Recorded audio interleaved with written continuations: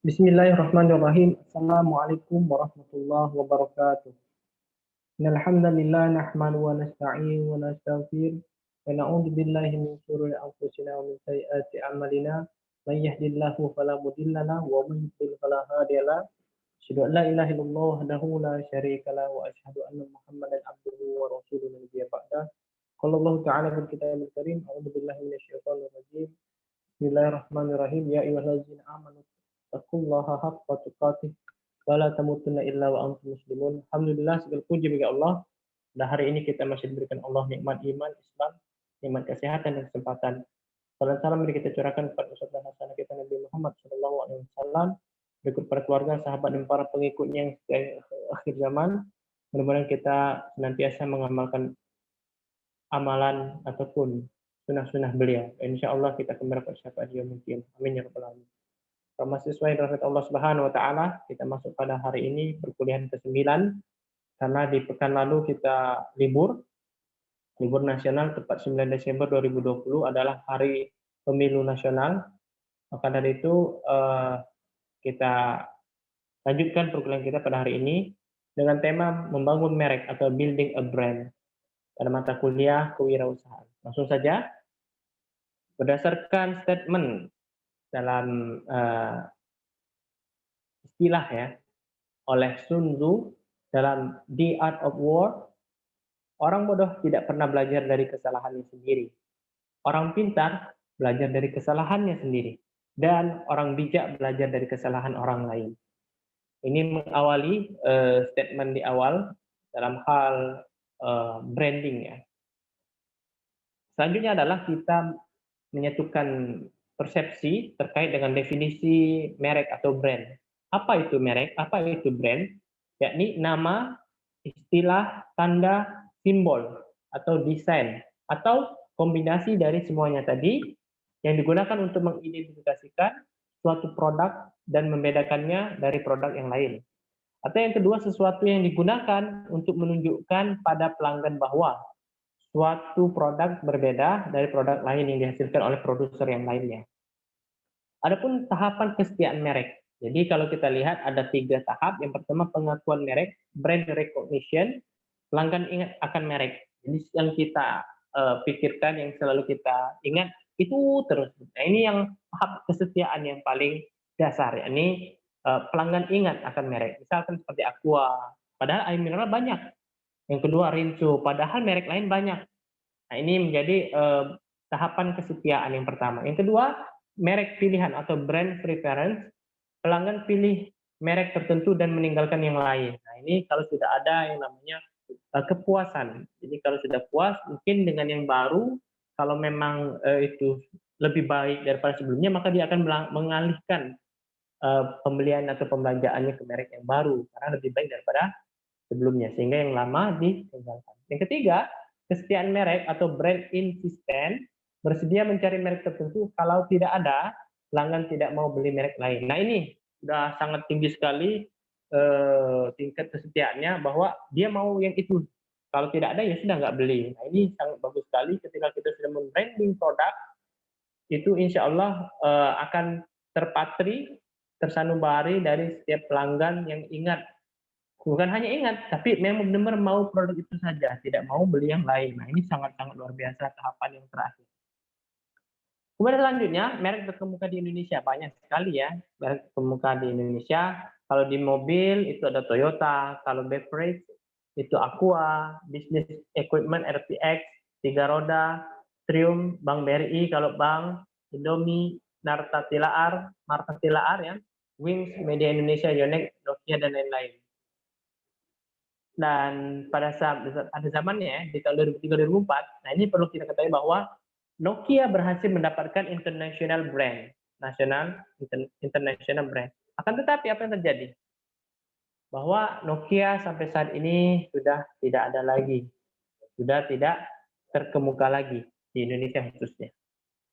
Dan sampai saat ini, alhamdulillah, top brand homegrown brand itu dipegang oleh Indomie, dulunya tahun 2003 sampai 2004, sekarang masih tetap seperti itu ya. Kemudian selanjutnya kita akan masuk kepada the 22 immutable law of branding. Nah, ini menurut Alright, prinsip-prinsip dasar dalam branding atau pembangunan merek yang berhasil sudah teruji oleh banyak perusahaan, tidak bersifat mutlak, namun disesuaikan dengan situasi dan kondisi zaman. Marketing dan juga branding adalah 50%, 50-50, pengetahuan dan seni. Aspek ekspansi. Semakin luas cakupan suatu merek, semakin lemah merek tersebut. Yang pertama, Mas Pion. Nah, ini Mas Pion mungkin di rumah Anda kita ada kipas ya, ada televisi, ada yang lain-lain ya. Atau Mas Pion ini lebih banyak kepada produk-produk peralatan rumah tangga. Yang kedua, Samsung. Samsung ini ada HP, ada TV, ada traktor, ada mobil, dan lain-lain. Semuanya dipakai, di branding oleh Samsung. Oke, untuk jangka pendek itu bagus. Tapi untuk akan jangka panjang itu sangat tidak dianjurkan. Kenapa? Kalau kita lihat sampai saat ini ya, nah ini contoh yang ada, Gillette dan Rolex. Sampai saat ini mereka selalu membranding untuk Gillette ini hanya fokus kepada cukur, ya, alat-alat cukur. Rolex jam tangan. Pun juga di kategori HP. Misalkan HP sampai saat ini tidak ada perubahan, itu adalah iPhone. iPhone tidak mau berekspansi ke komputer, walaupun memang masih ada hubungan, tapi iPhone selalu adanya di komputer, di HP, di mobile phone. Dia selalu mengupdate dengan kemajuan zaman, selalu mengikuti perkembangan zaman, sehingga mereka sampai saat ini sebagai top leader atau leading market, memimpin pasar. Ini yang dipakai strategi oleh iPhone, sehingga mereka untuk strategi jangka panjang mereka selalu diingat oleh orang karena brandingnya sangat baik dan bagus sekali, karena mereka hanya fokus satu produk saja. Untuk komputer bukan iPhone tapi iBox dan lain-lain, termasuk iPad, itu tidak satu branding sama iPhone. Intinya adalah semakin fokus, semakin kecil cakupan suatu merek itu, semakin besar merek itu dikenal masyarakat, karena cuma satu saja yang diingat, gitu ya. Aspek kontraksi, merek akan semakin kuat apabila fokus dipertajam. Kerating Deng dan Bata. Jadi Kerating Deng ini hanya minuman, Bata hanya sepatu dan sendal. Samarinda Post, koran khusus kriminal. Nah, itu. Banyak sekali perusahaan tergoda untuk memperluas cakupan merek. Aspek publisitas, kelahiran merek yang kuat diperoleh bukan dari iklan tetapi dari publisitas. Ya, betul. Seperti Blue Band ya. Blue Band ini margarin, mentega, menjadi sponsor di berbagai majalah, buku, secara TV tentang resep makanan. Nah, ini penting ya, harus melakukan promosi baik itu di media massa atau media cetak. Aspek pengiklanan, merek harus terus dijaga agar tidak mati dengan pengiklanan. Rinso, Indomie, masih perlu ikan?